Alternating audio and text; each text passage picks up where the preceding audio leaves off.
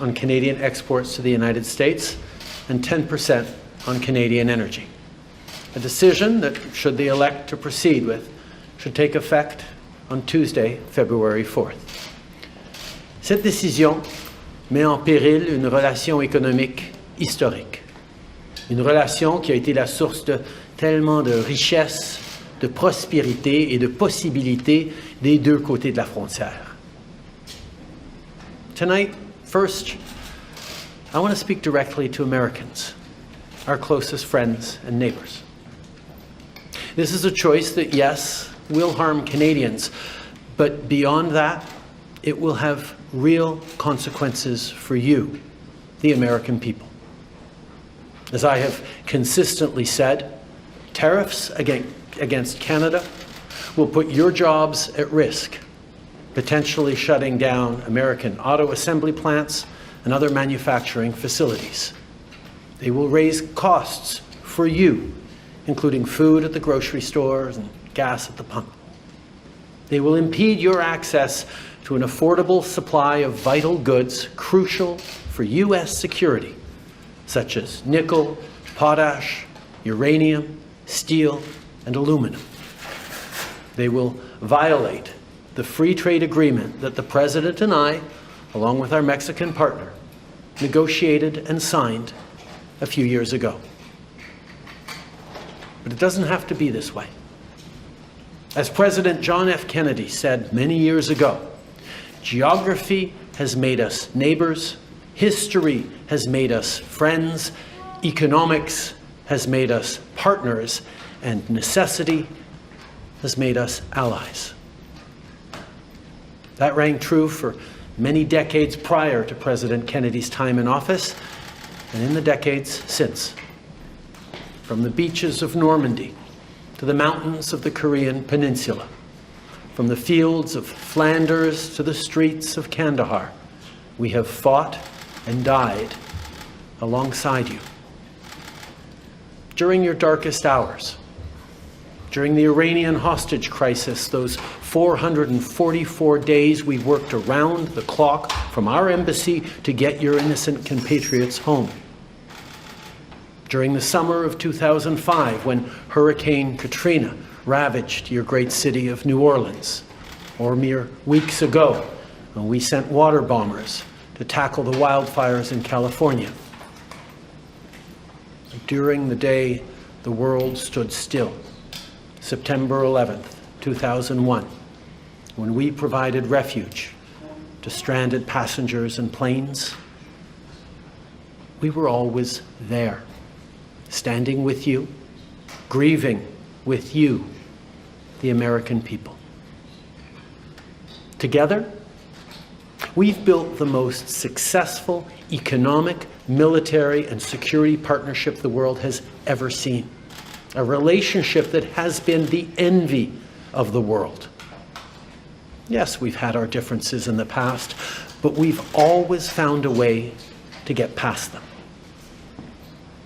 As I've said before, if President Trump wants to usher in a new golden age for the United States, the better path is to partner with Canada, not to punish us.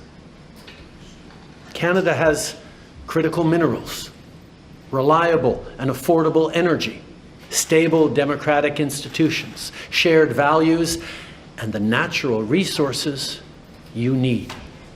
Canada has the ingredients necessary to build a booming and secure partnership for the North American economy, and we stand at the ready to work together. Let's take a moment to talk about our shared border. Our border is already safe and secure, but there's always more work to do. Less than 1% of fentanyl, less than 1% of illegal crossings into the United States come from Canada. But hearing concerns from both Canadians and Americans, including the American president himself, we're taking action. We launched a $1.3 billion border plan that is already showing results, because we too are devastated by the scourge that is fentanyl, a drug that is torn apart communities and caused so much pain and torment for countless families across Canada, just like in the United States. A drug that we too want to see wiped from the face of this earth. A drug whose traffickers must be punished.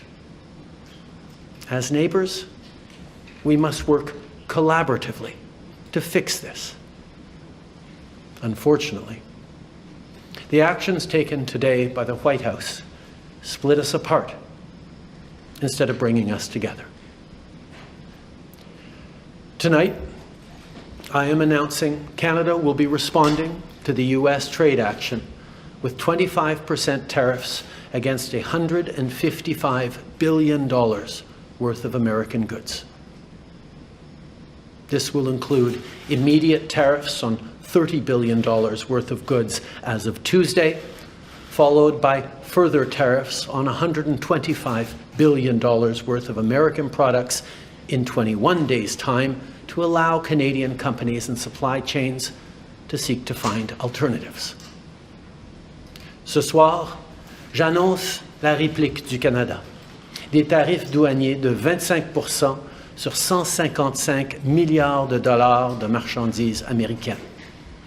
Dès mardi, 30 milliards de dollars de produits américains vont être touchés par ces tarifs et dans 21 jours, pour donner le temps aux compagnies canadiennes de trouver des options alternatives, ce sera le cas pour 125 milliards de dollars de marchandises de plus. Like the American tariffs, our response will also be far-reaching and include everyday items such as American beer, wine, and bourbon, fruits and fruit juices, including orange juice, along with vegetables, perfume, clothing, and shoes. It'll include major consumer products like household appliances, furniture, and sports equipment, and materials like lumber and plastics, along with much, much more. And as part of our response, we are considering, with the provinces and territories, several non-tariff measures, including some relating to critical minerals, energy, procurement, and other partnerships. We will stand strong for Canada. We will stand strong to ensure our countries continue to be the best neighbors in the world. With all that said, I also want to speak directly to Canadians in this moment. I'm sure many of you are anxious, but I want you to know we are all in this together. The Canadian government, Canadian businesses, Canadian organized labor, Canadian civil society, Canada's premiers, and tens of millions of Canadians from coast to coast to coast are aligned and united. This is Team Canada at its best. Plus tôt aujourd'hui, j'ai parlé avec les premiers ministres de toutes nos provinces et territoires. On est unis et solidaires. Ils ont tous appuyé notre approche.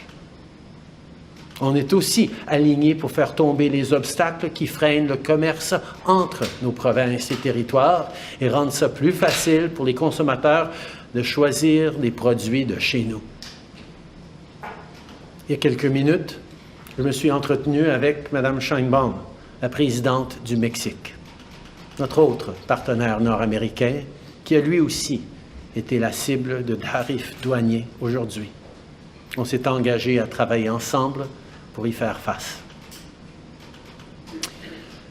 Il s'agit d'une menace qui vise l'ensemble du pays, et ça m'a fait chaud au cœur de voir autant de nos leaders répondre à l'appel et s'engager pour qu'aucun Canadien ne soit laissé pour compte.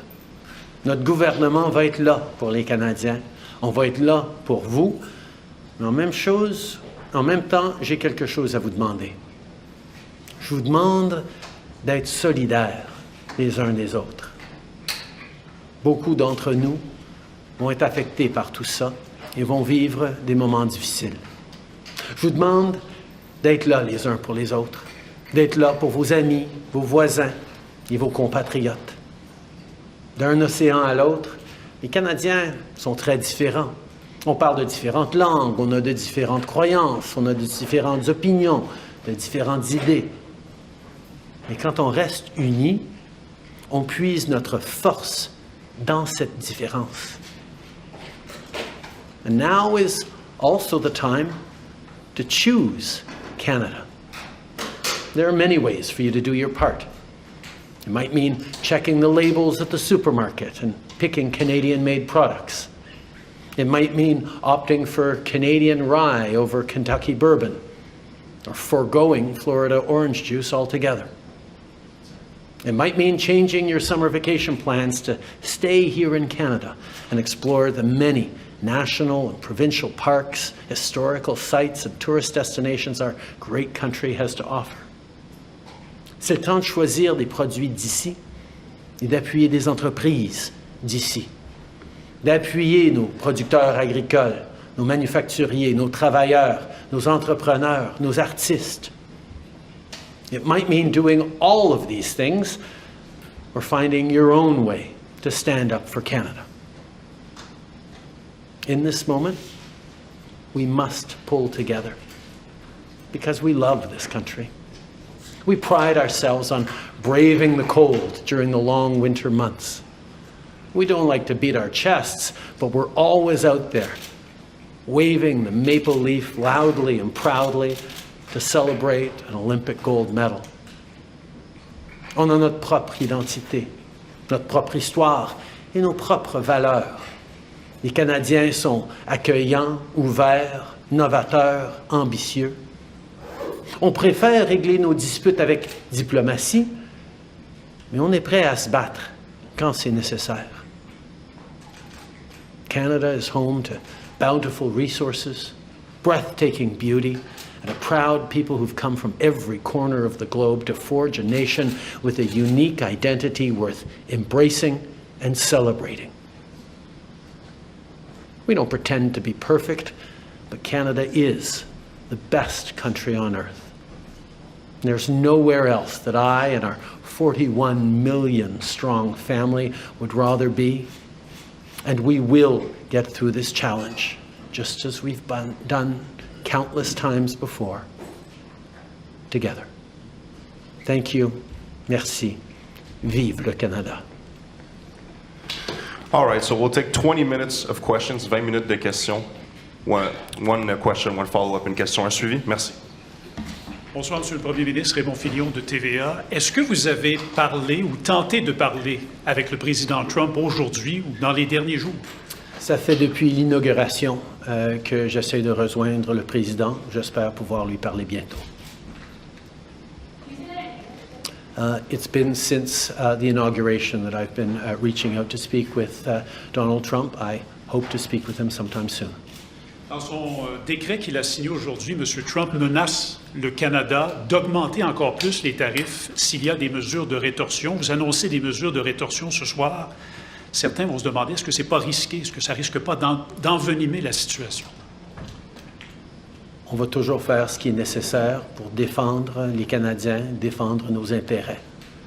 On est en train de répondre avec un ensemble de mesures fortes mais appropriées. Et on va continuer d'être là pour défendre le Canada, les Canadiens et notre avenir. Bonsoir, M. Trudeau. Vous avez mentionné que vous envisagiez d'autres mesures qui ne sont pas reliées aux tarifs. Pouvez-vous élaborer? C'est sûr qu'on a beaucoup d'initiatives en dehors des tarifs qu'on peut entreprendre en tant que pays. On est en train de parler avec les provinces et territoires sur certains éléments dans leur région, leur juridiction. On a aussi des mesures comme ce que les provinces sont en train d'annoncer, d'enlever l'alcool, les spiritueux, les vins américains de leur régie des alcools. Il y a des mesures au niveau de l'approvisionnement municipal, provincial et même fédéral où on peut moins acheter des Américains. Le choix des Canadiens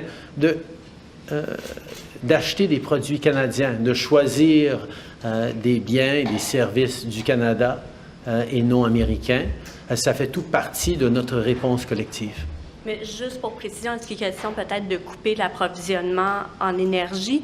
Mais la deuxième question, c'était davantage sur le décret des Américains. Il n'est pas question là-dedans, il est question de la frontière, mais pas de la relation commerciale. Est-ce que c'est parce qu'il faut s'attendre à une deuxième vague de tarifs? Tout d'abord, ce qui est important quand on va regarder différentes façons de répondre ou de mettre encore plus de pression sur les Américains pour reculer sur les mesures qui sont de l'avant, on va s'assurer qu'il n'y ait aucune région du pays, aucune industrie qui va porter un plus large fardeau, un plus lourd fardeau que d'autres régions.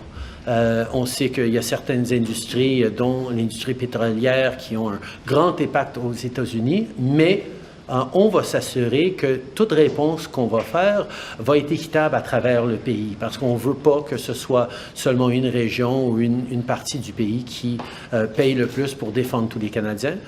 Et c'est quelque chose, un principe sur lequel tous les premiers ministres sont d'accord. Est-ce qu'on peut s'attendre à une deuxième vague? C'était ça aussi la question. Sur l'enjeu une deuxième vague, dans quel sens? De tarifs, parce que dans le décret, il n'est pas question de la relation commerciale, il est juste Ah non, question oui, tout à fait. Ces tarifs d'aujourd'hui sont ancrés dans la préoccupation du président sur le fentanyl. La réalité, c'est que le Canada représente une infime partie du défi au niveau du fentanyl auquel les Américains font face, et on est prêt à travailler avec eux pour régler cet enjeu dans nos communautés comme dans la leur. En même temps, il y a une enquête sur nos relations commerciales qui est en cours dans le système américain, qui va aboutir le 1er avril, et à ce moment-là, ils vont prendre d'autres décisions. In regards to actions we might take in terms of responding to the American trade action, there are a number of different industries and regions of the country that can have greater leverage over the United States. One thinks of the oil industry, for example. What is extremely important for me, and I think for all the premiers, is that no one region of the country or one industry carries a larger burden than anyone else in standing up for Canada. We need to all be in this together. This only works if Canadians are fully united from coast to coast to coast to stand up for this extraordinary and beautiful country. And that's why, as we look at different measures, including non-tariff measures that we might move forward on, we will not be moving forward on issues that further divide the country, which is why we're working with all premiers to look at different ways we can encourage the Americans to step back from these trade actions. Bonjour, Christian Noël de Radio-Canada. Pour être clair sur cette question-là, les tarifs sur le gaz naturel et le pétrole ne sont que de 10 %, alors que pour le reste, c'est de 25 %, notamment parce que les États-Unis ont besoin de notre pétrole. Ils ont besoin de plein d'autres choses dans notre secteur énergétique. À quel endroit est-ce que vous êtes prêt à couper le robinet? Tout d'abord, soulignons que oui, les Américains ont besoin de notre gaz et notre pétrole, ils ont besoin de nos minéraux critiques, mais ils ont aussi besoin de nos pièces d'automobile, ils ont besoin de nos produits agricoles, ils ont besoin de notre ciment, ils ont besoin de notre bois d'œuvre. Il y a énormément de choses que le Canada produit, qu'on vend à des prix très, très bon marché ou bien responsables aux Américains, sur lesquels ils dépendent pour leur bien-être économique. Des tarifs de 25 % sur tout ce que le Canada produit, ça va faire mal aux Américains, aux consommateurs américains, aux producteurs américains. On s'attend à avoir des défis énormes dans l'industrie automobile, par exemple, aux États-Unis, où des pièces et du travail canadien et mexicain sont des éléments essentiels de ce qu'ils font. Alors, on va être là pour regarder et encourager les Américains de revenir en arrière sur ces tarifs et on va utiliser toute la gamme d'outils qu'on a. Pour être très clair, on ne veut pas être dans cette situation. C'est le choix des Américains de nous mettre dans cette situation-là, mais puisqu'on est ici, on va on va répondre de façon responsable et forte pour défendre le Canada. Dans un match de hockey ce soir à Ottawa, durant l'hymne national américain, il y a des Canadiens qui ont hué l'hymne national américain. Est-ce qu'ils ont raison d'être en colère et êtes-vous en colère? On a une très longue histoire avec les Américains. On a un partenariat sans pareil, mais il y a toujours eu des moments de différends, des moments de tension entre nos deux pays. Et c'est des moments profondément sentis parce qu'on est si proches en tant que voisins et amis et famille. Et ça peut être pénible pendant qu'on passe à travers ces moments-là. Mais j'ai confiance. J'ai confiance dans les Canadiens, mais surtout j'ai aussi confiance dans le peuple américain qui comprend à quel point leur lutte, leur grand défi dans le monde, c'est pas le Canada. Et qu'en travaillant ensemble, on va pouvoir passer à travers ces moments pénibles pour en sortir encore plus fort. Est-ce qu'ils ont raison d'être en colère, les Canadiens? Je pense que les Canadiens ne comprennent pas tout à fait pourquoi les Américains sont en train de cibler leurs meilleurs amis et leurs plus proches partenaires plutôt que d'autres pays dans le monde. En anglais? I think Canadians are a little perplexed as to why our closest friends and neighbors are choosing to target us instead of so many other challenging parts of the world. I don't think there's a lot of Americans who wake up in the morning saying, oh, damn Canada. Oh, we should really go after Canada. We're there as friends, as partners. We always have been, we always will be. Sure, we're going through a difficult time right now, and yeah, emotions may run high here and there, particularly around hockey games. But I know we're going to make it through this because we have the most successful partnership the world has ever seen, and it's a true value in this time of really challenging geopolitical instability. Jillian Piper with Global News. Prime Minister, will you recall Parliament to pass a bill to help Canadian workers and end prorogation? As you can see from our strong response package, as we spoke about with premiers this afternoon and have for many weeks, we have the tools to be able to support Canadians through this challenging time as it stands. This is a moment for Canadians to pull together, including Canadians of all different political parties.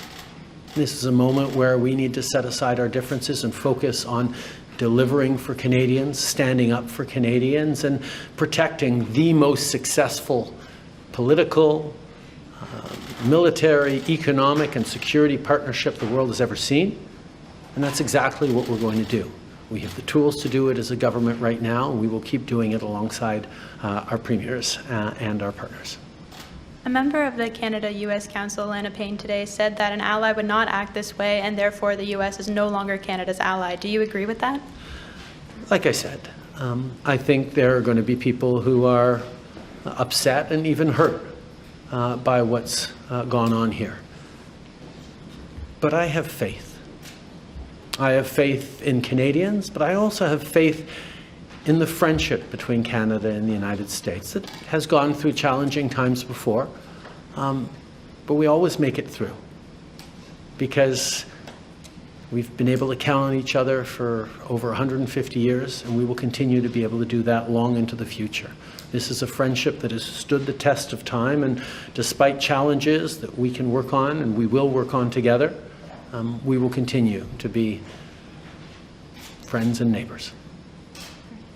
Prime Minister, you said earlier that you're not going to move forward on measures that would further divide the country. Does this mean that blocking energy exports is fully off the table?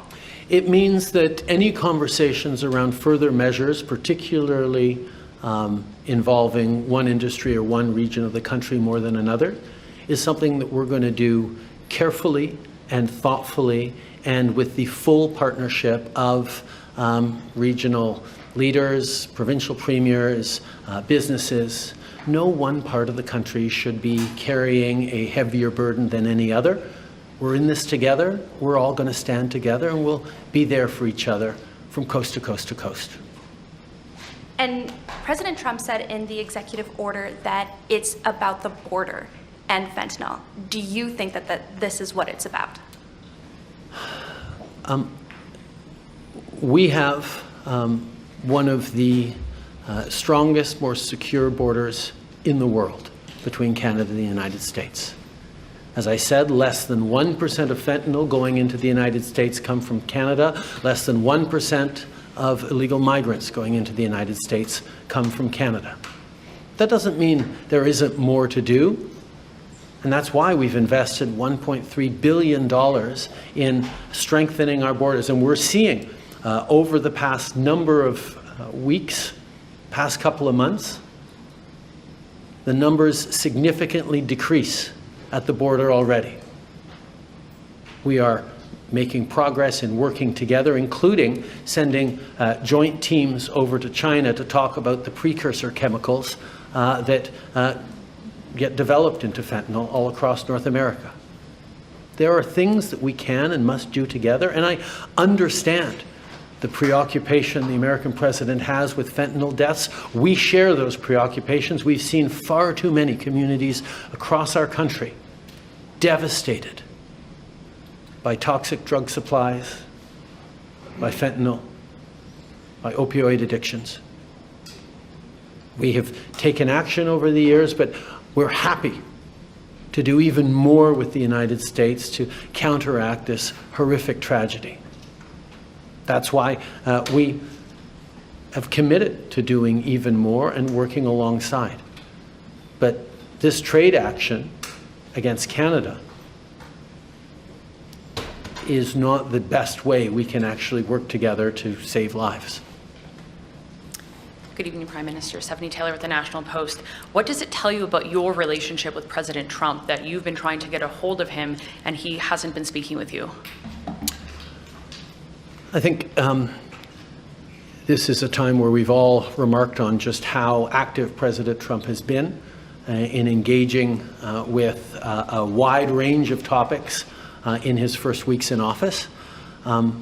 As you all know, I've had many good and substantive conversations with President Trump over the past months, where we've highlighted the work that we can do. Our ministers and officials have been engaging, in many cases like today, multiple times a day with their counterparts to talk through these issues, to move forward on areas of mutual concern. We will continue to engage, and I will continue to be there to work with President Trump as we've worked together in the past. We've worked together to solve some pretty challenging issues over the years. I look forward to doing that again. Je pense qu'on peut souligner à quel point le président est extrêmement actif avec beaucoup de différents enjeux sur sa table. Ça fait plusieurs mois que j'ai eu beaucoup de conversations avec lui sur les enjeux dont on est en train de discuter aujourd'hui. Il sait très bien mes positions et en même temps, les ministres sont extrêmement actifs à être engagés avec leur contrepartie américaine, y compris plusieurs fois chacun aujourd'hui, pour souligner le travail que nous pouvons faire. Alors, il faut se souvenir que moi et le président, nous avons réglé de grands enjeux dans le passé et je suis toujours prêt à le faire encore une fois. But if you can't get a hold of President Trump on a day as consequential as this, when it really matters, can Canada have a productive relationship with President Trump and the Trump administration moving forward? As I've said, we have had a very effective and constructive series of conversations throughout the American administration. We'll continue to. I look forward to speaking with President Trump in the coming days and weeks. This is something that matters, but we've solved big issues before, and we will solve them again. Last question, dernière question, s'il vous plaît. Thanks for taking our questions. Raisa Patel, the Toronto Star. When did you first learn that President Trump intends to increase tariffs if Canada retaliates, and how has that changed your strategy? I think Canadians understand that we need to respond to this. We need to respond in a way that is appropriate, that is measured but forceful, and that meets the moment. We're certainly not looking to escalate, but we will stand up for Canada, for Canadians, for Canadian jobs. We will also continue to do more together with the United States to counteract the scourge that is fentanyl. We will continue to work on growing our economies together, on creating jobs and competing with the rise of non-market economies around the world. We can and will do things together, and that is my focus. My job is to stand up for Canadians. That's exactly what we're doing. But we're also standing up for the relationship between Canada and the United States, which, as I've said, is the most successful partnership and friendship the world has ever seen. You're dealing with the U.S. administration that says, there's nothing that you can do to stop this. We're not looking for any concessions. So do you see any conceivable way out of this because of that? The coming weeks will be difficult for Canadians, and they'll be difficult for Americans. The level of cooperation, the level of effective partnerships between our two countries that have been established over decades and generations means that this trade action by the Americans and our response is going to have real consequences for people, for workers on both sides of our border. We don't want to be here. We didn't ask for this. But we will not back down in standing up both for Canadians and for the incredible, successful relationship and partnership between Canada and the United States. I look forward to working with the American administration on a range of challenging issues that our communities and our world is facing. And I hope that day comes soon. Merci beaucoup. All right, this concludes today's press conference. Ça conclut la conférence de presse aujourd'hui. Merci. Merci tout le monde.